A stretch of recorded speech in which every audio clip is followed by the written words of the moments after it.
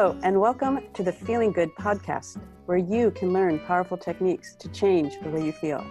I am your host, Rhonda, and joining me here in the Murrieta studio is Dr. David Burns. Dr. David Burns is a pioneer in the development of cognitive behavioral therapy and the creator of the new team therapy. He is the author of Feeling Good, which has sold over 5 million copies in the United States and has been translated into over 30 languages. David is currently an emeritus adjunct professor of clinical psychiatry at Stanford University School of Medicine. Hello, Ronda. Hello, David. And welcome, listeners, to episode 207. This is an episode of really interesting Ask David questions. But David, let's start off with a podcast endorsement. We've done a series of podcasts on how to crush negative thoughts and talking about the cognitive distortions, and we got 2 really cool responses to episode 195, which was on magnification and minimization. And Rose wrote us and said, "Hey, thanks. This was a really helpful podcast today. Resonated with me so profoundly, both personally and professionally. It was as if it was me in that session. So thank you all." That was from Rose. Thank you. Is it Rose? Rose. Yeah, thank you, Yes, I love Rose. that Really name. appreciate your note. Yeah, and this is from Chris. And Chris wrote, about the same podcast, 195, magnification, minimization. I always minimize my own qualities and that I'm not interesting enough for a relationship. Yet my friends and family always say to me that I have a sensitive feeling for art and literature, in which I reply that doesn't count because I'm not working hard enough to bring those qualities to actualization. So thank you so much for this podcast. I loved it. Thank you. As I recall, was that the podcast where you presented your patient? Yes. He was afraid to get into the dating world, thinking he or she wasn't good enough.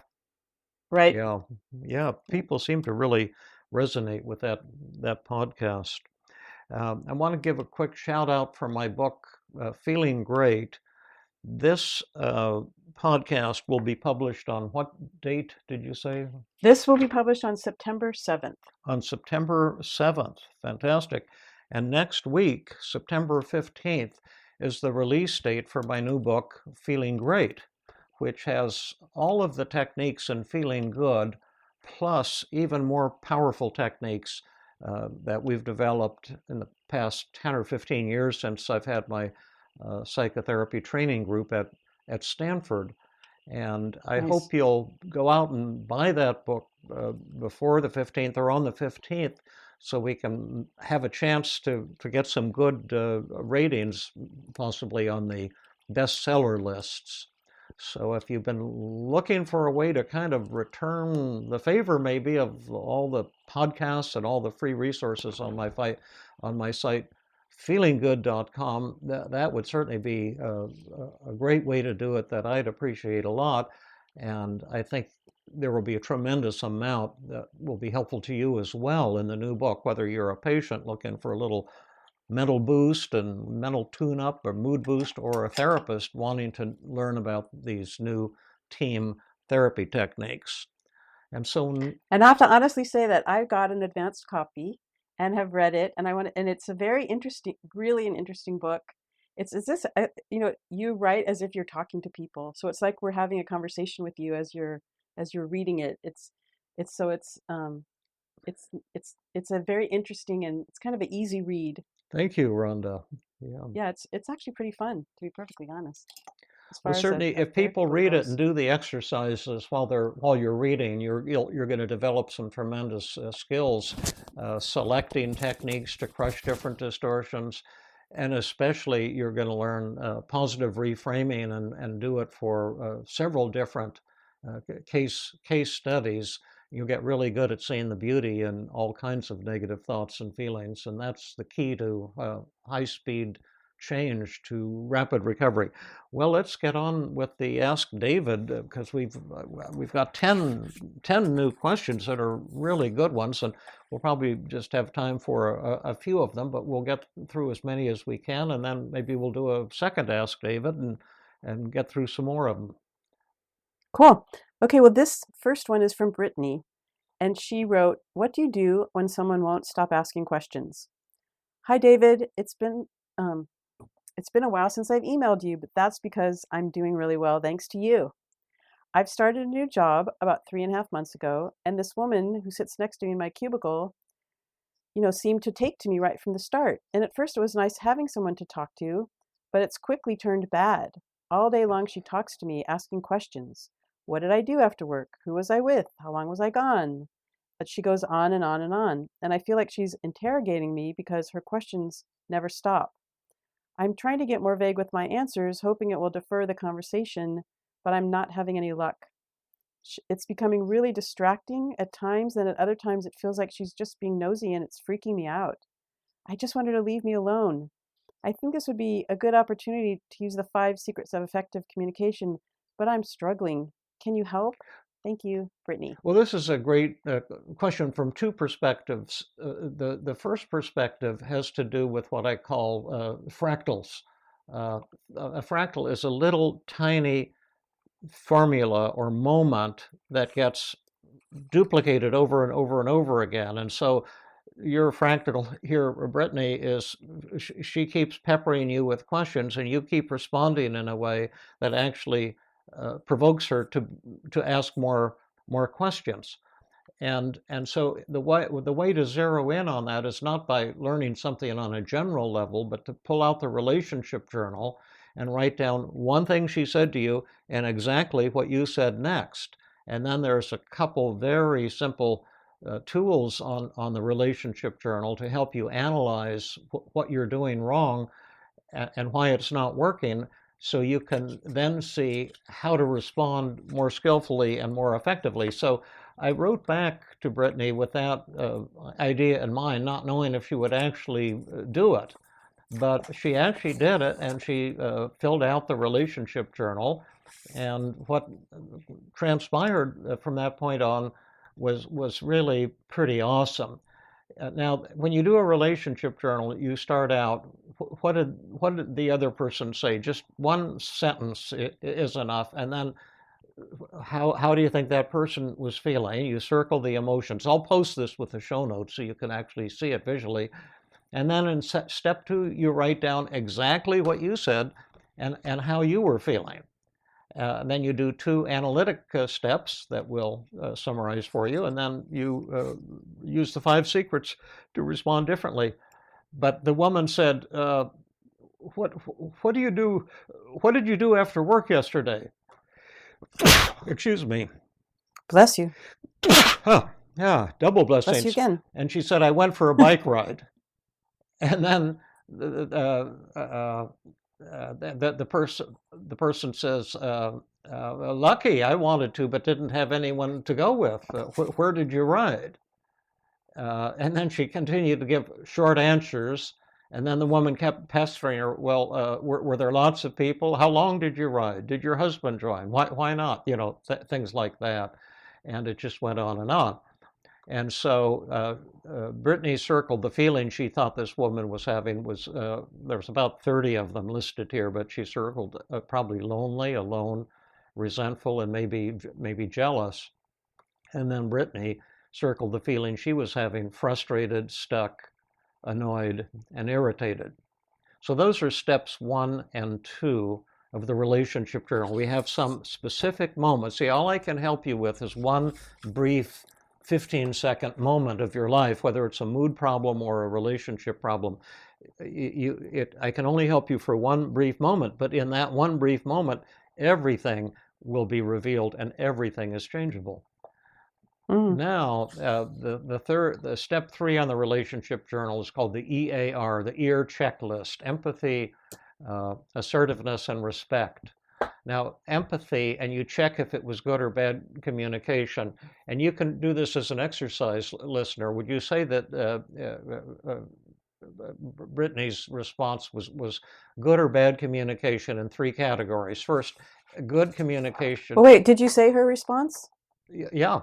Yes. Just as you said, I went for a bike ride. I went for a bike ride, and then she got peppered with another question, and then she gave another short answer, like around the neighborhood. Oh, that's too bad. No, not many people. Rode about 20 minutes. No, he didn't come. Just, she kept giving clipped, brief responses, and the woman kept bombing her with more questions.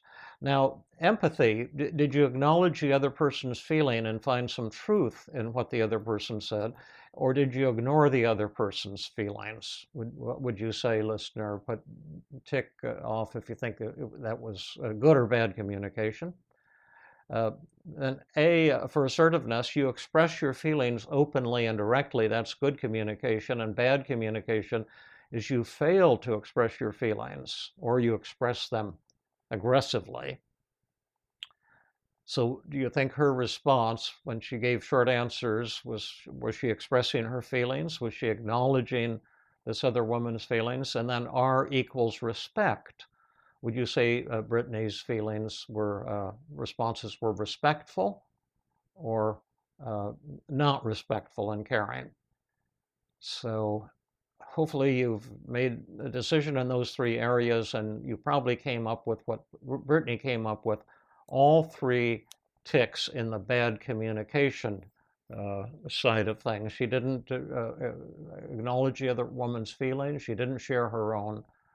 And she didn't come across in a warm or caring or respectful way, but dismissively.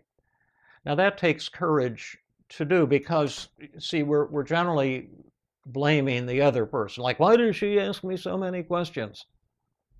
And now, instead of looking at what the other person's doing wrong, you look at yourself.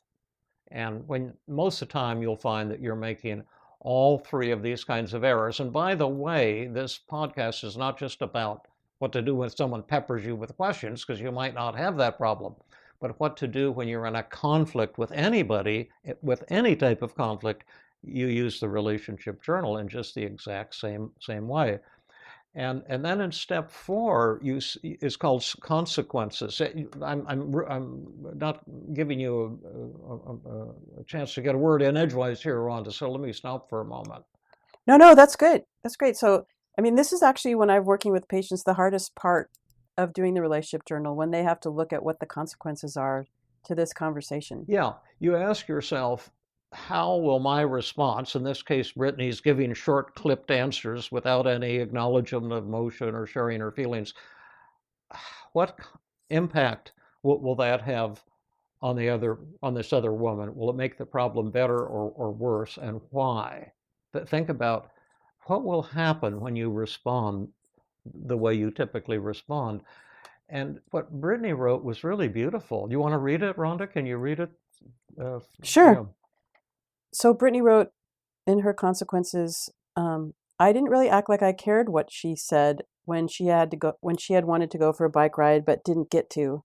I didn't show any interest in her whatsoever or ask what she did. I didn't express my feelings, telling her that I did not feel like talking or that I was feeling frustrated because I needed to focus on my work.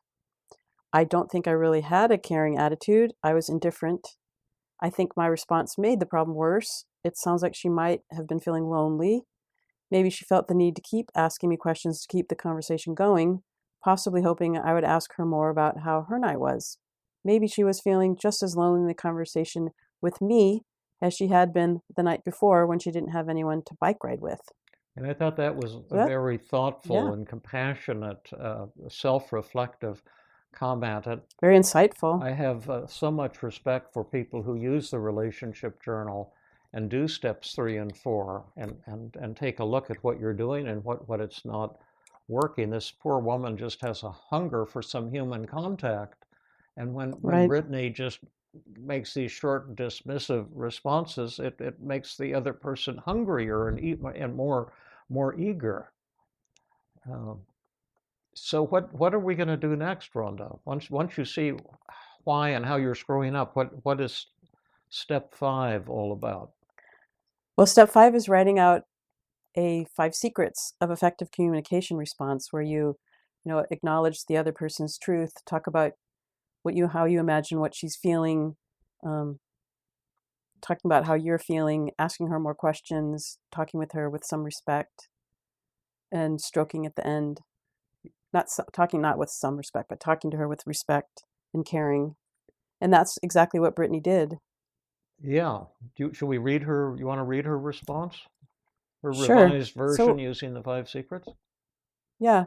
So she wrote, I'm sorry to hear you didn't get to go on a bike ride. I can imagine that might have been frustrating, and maybe you even felt lonely that you didn't have anyone to go with. You always made such effort to be friendly with me, and I really appreciate it. I'm actually pretty busy with this project right now, and I'm feeling irritated because I'm not doing a good job working on it and talking with you at the same time. I'd like to hear more about your night if you don't mind telling me about it later today. I think I can be a much better listener then.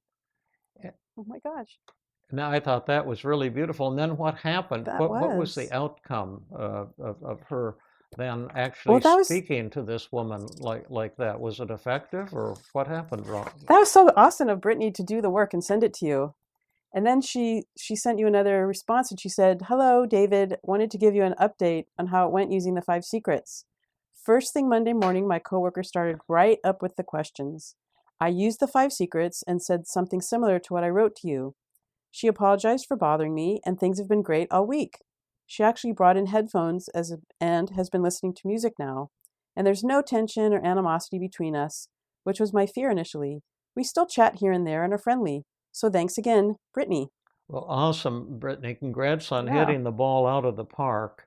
And again, the idea is that I've developed an incredibly powerful tools to change the way you think and feel. That's the daily mood log, and to change the way you relate to other people you're not getting along with. But you have to pick up the Yeah. tools and work with them and do it on paper. You can't do it in your head. Also, for the relationship journal, you're going to need humility, like Brittany has shown.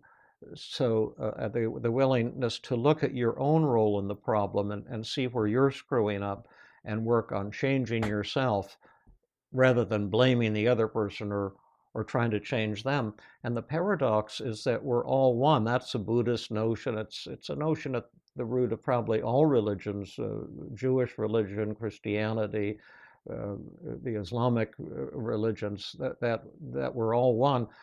And what that means is that the moment you change and respond to someone you're not getting along with in a profoundly different way, that other person will instantly change as well. Mm-hmm. So that's it. That's great. Okay, here's the next one.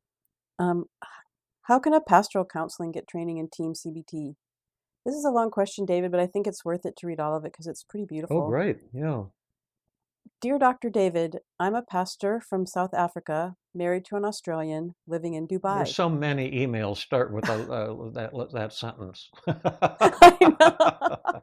Another South African married to an Australian living in Dubai.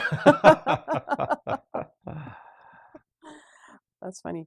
I was struggling with mild depression and came across your book, Feeling Good, and read it and applied all your techniques, and it has been life changing. So, big, all capital thank you. What surprised me most was the simplicity and effectiveness of the exercises. I believe that much of what you teach is life skills and everyone should have. I wish I was taught these things when I was younger. Over the years, I have helped people from all walks of life, inmates, students, business people, etc., but primarily from a spiritual perspective. I believe I can be more effective and help so many more out there if I learn how to apply your exercises to others too. I would love to train in team and learn how to apply these techniques with the people I minister to, but I'm not a psychologist or certified as per your requirements. I realize practice and critical feedback is paramount in order to get really good in team. Could you please advise me on an alternate route?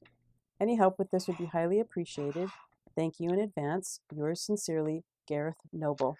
Thanks. And I have a lot of ideas on this, and you probably will have many too. First, I think it's great, Gareth, that you're wanting to get certified in team and learn more about team, and there are great answers to your questions. First, as far as learning, I do one-day workshops, not in person because of the COVID, and I'll post them on my website. I'm planning quite a few of them right now.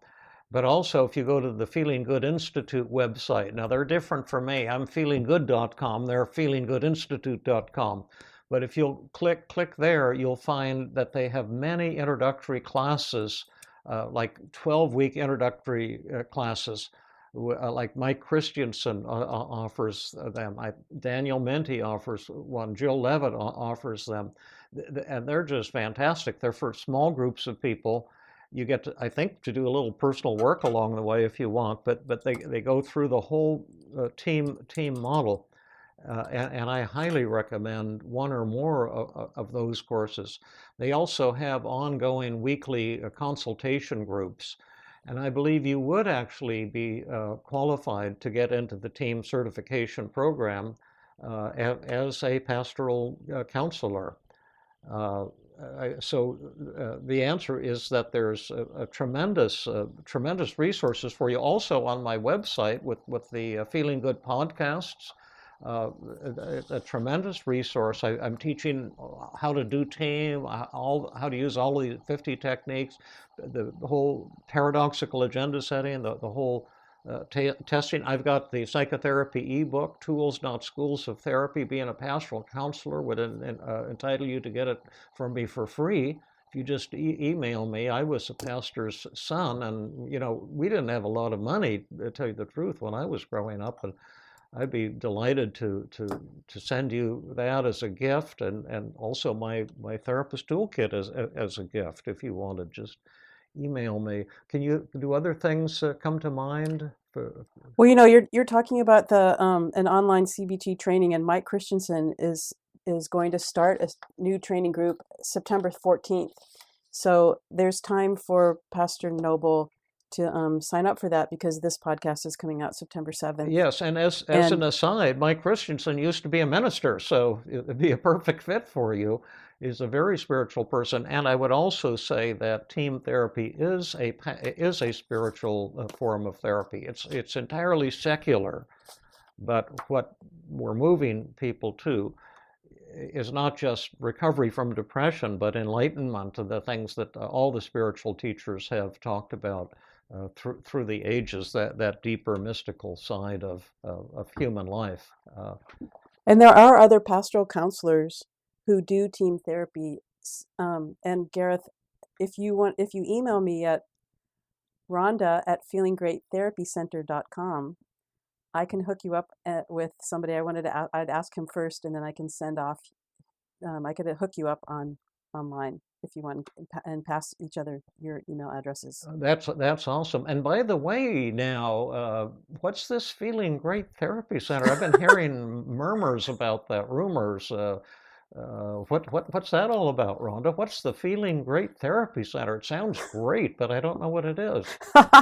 Well, we were honored to name our therapy center after your new book, Feeling Great, and it's a group of therapists who provide excellent team therapy, mostly online. And if you go to it's me and Brandon Vance and Philip Alonis and Amy Spector and Sarah Hester, and maybe by the time this podcast comes out, some other people. And we work with children. We have expertise in children, in relationship with adolescents and couples and individuals, and all of the various issues that people have to deal with: anxiety and depression, habits and addictions, and relationships. And we're doing trainings. Amy Spector has a lot of experience in the working with schools, so we're doing trainings. Some of us in the school district, and Heather and I are doing some trainings with medical students on the 5 secrets. Brandon Vance is also doing training, so we're providing both therapy and training for people. Well, you have a tremendous group of people, because I know all the people that you've mentioned, and they're just some of my favorites on a personal level, and brilliant and highly skilled on a professional level as well. Will there be options with some of your therapists for working with people with insurance? I believe so. I don't know the answer to that right now. I can tell you that next week, but I believe so. Yes, I think Philip takes insurance. Yeah, that would be a wonderful, a terrific enhancement, because therapy can get so costly. It's just. But we do have sliding scale. So I know I have a sliding scale, and I think some of the other therapists do too. So even though we might not take insurance, we are going to be providing a lower cost therapy Oh, too. that's awesome. I'm just so proud of you, Rhonda, and so happy for you and for your colleagues who are going to have a ball, and the many people who will be contacting you to get relief from depression and anxiety. How are we doing on Thanks. time? Have we used up our 30 Let's minutes? see, we've only had 25 minutes, so I think we have time for one more. Okay, okay. Well, next one is a doozy. Well, I actually asked you this question because we have a listserv of feeling good therapists, and we pass on questions to each other and answer them. And there was a little dialogue about whether or not love is a human need. And I thought, gee, that would be a good question to ask David and to say, someone actually said that they heard you say you did not think that love was a human need. And I thought, that's intriguing. What would David say about that? Yeah, well, I've answered this question a number of times, and it's very exciting and controversial. Uh, but I first heard that in statement from Aaron Beck when I was started going to his weekly cognitive therapy training group just after my psychiatric residency. When I was doing my research fellowship, I started going weekly so I could see if cognitive therapy amounted to anything. And he was really a good teacher, but I was always a little suspicious of him. You know, is he a con artist? Is he for real? He wore these funny little bow ties, and you know, I was excited but very skeptical. And then in one of the seminars, he announced that love is not an adult human need. And Mm. I thought the guy was a sociopath. Now I know he's a sociopath. How could this be true? And yet, at the same time, he said many things that were helpful and turned out to be true. So I said, I think I'm going to check it out. And so, although I was married, we had kids. I spent a day alone. I don't remember what came up. I think I might have gone out of town to some kind of a show having to do with world paper money that I used to collect when I was young, and uh, and I was alone there for the most part at that show, and I was recording how happy am I between 0 and 100. And actually, I had some of the most ecstatic experiences I've ever had in my life, and it had nothing to do with, you know, hanging out with people. There were people at the show, but I was just going from table to table, looking at buying and selling, you know, these world banknotes, and it was just fantastic. And I thought, well, gosh, it's great being with people, but this is one of the most euphoric experiences I've ever had. And then I thought, oh well, it couldn't last. You know, if you were alone long enough, eventually you'll go into a depression. And Right, because you knew you had a wife and children to go home to. well, that actually was not why I got happy, to tell you the truth. I wasn't thinking about that. I was thinking about what I was doing and how incredible it was. But we always, when we believe things that are false, it's hard to give them up. And we say, yes, but, well, that doesn't count. That doesn't count because I know the truth. So I said, well, if you were alone long enough, you'd get unhappy. Well, my wife's mother took very ill, and she went out for a month to spend with her mother. And so I had a whole month there alone in Philadelphia. And while I had to see my patients, I decided that I won't do any socializing in the evening or on weekends. I'll just spend all the time alone and see what happens. And the same thing happened as when I went to that paper money show. I couldn't believe how happy I was. And I did things and said, how happy, how pleasurable will this be? How pleasurable will that be? And I just found myself just loving doing all kinds of things. And I would take myself out to dinner, and I would tell the maitre d' that I wanted to be seated at the finest table in the restaurant. You know, I just treated myself like a prince. And it was one of the happiest times of my life. And the longer I was alone, the happier I became. And again, it was a little like that previous experience. Sometimes it was just very, very intense. And I just did things that I wanted to do. And like one Saturday, I thought, boy, it'd be fun to go to New York and go through a bunch of coin stores. That's what I used to do when I was like 12 years old growing up and 10 years old. Hmm. And I thought, well, they probably have a lot of coin stores in New York. So I hopped on a train and went to all these coin stores. And I just had a ball. And I began to realize, it isn't true that you have to be with other people or you have to be loved in order to feel worthwhile. And it was a transforming experience for me. Wait, okay, so, but here, my point was, even though that time period, it was a month and you were by yourself and you really enjoyed your own company and you did things that you liked to do and took good care of yourself in that way, you knew that your wife was coming home. What if a person is not in a relationship and doesn't have that, that a human connection, well, or love relationship to fall back on? That's where it's been so helpful in my clinical work, because 60% of the people in my clinical practice were not in relationships.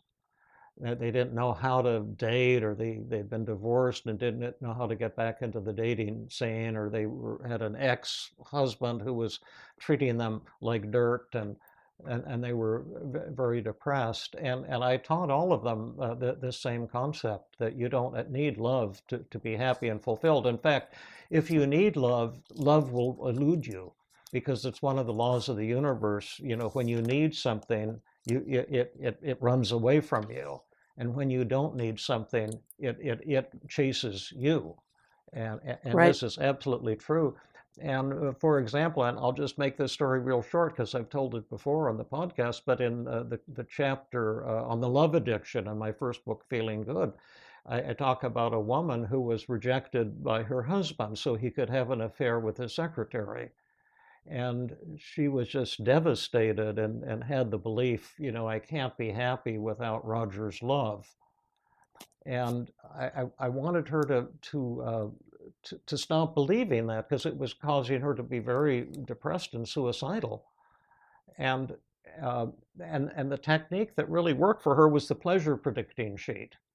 And that's a multi-column sheet in my therapist toolkit, or you can make up your own, but you schedule activities with the potential for pleasure, learning, or personal growth, and you do some of the activities alone and some of them with other people, so you can find out, is it really true that you need other people to be happy? And one of the kooky things I had her do was to prepare a gourmet meal for herself, as if she was having the greatest guest in the world come over for dinner. And then to cook this meal for herself, and then to eat it with candles and music, and see how she experienced it. And she predicted 5% on a 0 to 100. She thought it'd be horrible to go out and buy food for herself and cook a gourmet meal. But she did it, and she was shocked that preparing the meal, she suddenly found she was 95% happy. And then eating it, it was 100% happy. And then she took herself dancing after dinner. She went into the living room and danced with herself. And she said it was one of the happiest experiences that she ever had. And so she came back and said, what should I do now, Dr. Burns? And I said, well, now that you don't need men anymore, they'll need you. You're in the power position. So go out and find a really cool guy and start dating him. And as soon as you find someone you like better than your ex-husband, I guarantee within a minute or an hour, he'll come crawling back to you. Even though he doesn't know, it'll go right through the airwaves. Once you don't need men will need you. And so she met this real handsome ex-minister. He's about 10 years older, and they fell madly in love. And within a day, her ex-husband came crawling back and said he changed his mind. Oh, I didn't tell you the other part of her experiment was to have lunch with him. Do you see? And she predicted that at 100. And then when they got together for lunch, this is before, she'd done her dinner thing, all he talked about was what a good lover his new secretary was. And it was one of the worst experiences of her life. And then when she took herself out to dinner at her own house, It was 100. So she couldn't deny the data. Being with a man was one of the worst experiences in her life, and being alone was one of the greatest experiences of her life. And then she met this guy. They fell in love. Her husband came crawling back. She kicked sand in his face, said, "I don't want you anymore. I'm filing for divorce." And he called. I'm sure that was pleasurable Yeah, too. very. And he called me angrily, and he said, "I told you to take care of my wife." I said, "I did." Yes, you did. He was so pissed off. He was an attorney too. Yeah. But That's cool. yeah, and so I've used that with so many people, and you can want love, you can rejoice in love, you can appreciate love, but as soon as you say you need love, then another person becomes a commodity that you need, Mm. and Mm-hmm. I never had a patient who needed love who found love.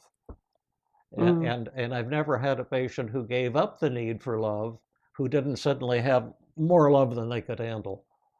It's a Mm. parasite. So I don't know if I've made a believer out of you, Rhonda, but that's You have definitely made a believer out of me. okay. Yeah, I love that. Well, somebody wrote you about should statements. Why are should statements considered distortions? And we just did a podcast on that, and that was podcast episode 205, which we published on August 24th. So I would just refer Molly back to episode 205, don't you think? Yeah, and right, right. Unless you want, is there something else you wanted to say about Well, my why hidden should agenda was statements? she had so many compliments in her question. Oh, okay. But thank you, Well, Molly, I could. well, we get so many beautiful things. Thank you for the kind things that you said in your note, Molly, and you'll find all the answers about shoulds in that podcast 205. Uh-huh. Well, then let me read the nice thing she wrote. Dear David and Rhonda, I hope this finds you well. I'm writing for a few reasons. The first is to thank you for your podcast and related resources. I found your podcast and started listening at the beginning of COVID-19 in mid-March because I was feeling acute anxiety. The team approach and your teaching are such amazing gifts. The positive reframing in particular is truly life-changing and revolutionary for me. Considering what my negative thoughts show about me that's positive and awesome, and then finding the cognitive distortions has provided such relief. I've been so excited about team therapy that I often discuss it with my husband, family, and friends. I really love David's comment on a podcast that good therapy isn't evangelizing, rather it's letting the patient define problems and goals within his or her own values. I also liked your comment that doing therapy well is like an art form or a dance. That's just beautiful sentiment, and I've been able to see the conversational dances you perform in the amazing, transformative, empathic live sessions that you've done with Michael, Rhonda, Sarah, and others. These sessions have also brought tears to my eyes. Yeah. So there you thank you go. That for was a that. really beautiful Yeah. podcast. I mean, endorsement. And then she's considering becoming a therapist too. Right. And I get a She lot of is. letters like that, listeners who say, "I think I'd like to become a therapist," and I love Yeah. hearing that, and I hope you find a way to do that. Would be great. Oh, and Yep. she asked, "Do you have suggestions for master's programs that would provide good alignment with the team approach?" And yeah, I can answer that. Here's my own opinion. In my psychiatric residency, I didn't learn much about therapy. It was after my residency that on my own I went to Dr. Beck's weekly workshop or weekly training session. I think it was an hour and a half, and I learned there how to do cognitive therapy. And I think the thing, if you want to become a therapist, if any of you do, there's so many ways to do it. You could become a certified coach, or you can become a licensed professional counselor. You can do a PsyD degree, that's a doctor of psychology, that's clinical psychology. That degree focuses on psychotherapy. Clinical psychology focuses more on research. But you could become a marriage and family therapist. the thing is just, I would do the easiest way to get some kind of certification. And then once you've got, and don't assume that your graduate program is going to teach you good therapy, because in my opinion, you probably won't. You might learn a lot of bad therapy concepts, and then you have to unlearn later on. But Well, you will learn some foundational theories. uh, Can we say that? They will learn maybe historical foundation. yeah, and you'll learn a little about theoretical diagnosis and ethics, perspectives. and I mean, you will learn some things that have value. But how to do great therapy, probably not. But then you can go to the Feeling Good Institute. You can take their starter courses, 12-week online courses. You can listen to podcasts. You can go to workshops and really throw your heart into learning how to become a great therapist. How to get a license and how to become a great therapist are two kind of separable issues. So that would be my suggestion. Does that sound correct, Rhonda? That does sound correct. I mean, did you learn Yeah. great therapy in your graduate? I did not learn great therapy Yeah. in my graduate program. Yeah, all they taught me But, to you know, do was just say, tell the patient, tell me more, and you're allowed to say that twice a session. That's all I learned. It didn't work at all. But yeah, I mean, yes. But learning team therapy, there are a lot of opportunities to learn that in the workshops, the groups, consultation groups, one-on-one consultation. There's a lot of people that provide that. Having your own team therapist to do personal work. There are a lot of the one-day workshops, and then you'd be learning from different people. You and Jill do the one-day workshops, and she's a marvelous teacher. And Mike Christensen who does the 13-week, comprehensive team therapy training, is one of the best teachers. Matt May and Daniel Minty do a consultation group, and that's great. And Yeah, there are lots of opportunities for training. yeah. In this virtual universe we're in, you have access to all kinds of world-class teachers. Yes, that's 100% true. Well, shall we close for today and save the rest of the Ask Davids for later? Yeah, we've got a lot of really cool additional questions, so we'll have another Ask David. Okay. Thank you so much for listening, everyone. Till next time. Bye-bye. Thanks, Rhonda. Thanks, everybody. Thank you. This has been another episode of the Feeling Good podcast. For more information, visit Dr. Burns' website at feelinggood.com, where you will find the show notes for this episode under the podcast page. You will also find archives of previous episodes and many resources for therapists and non-therapists. We welcome your comments and questions. If you want to support the show, please share the podcast with people who might benefit from it. You could also go to iTunes and leave a 5-star rating. The theme music is Gypsy Jazz in Paris, 1935, composed and performed by Brett Van Donsel. I am your host, Rhonda Borowski. We hope you enjoyed this episode. I invite you to join us next time for another episode of the Feeling Good podcast.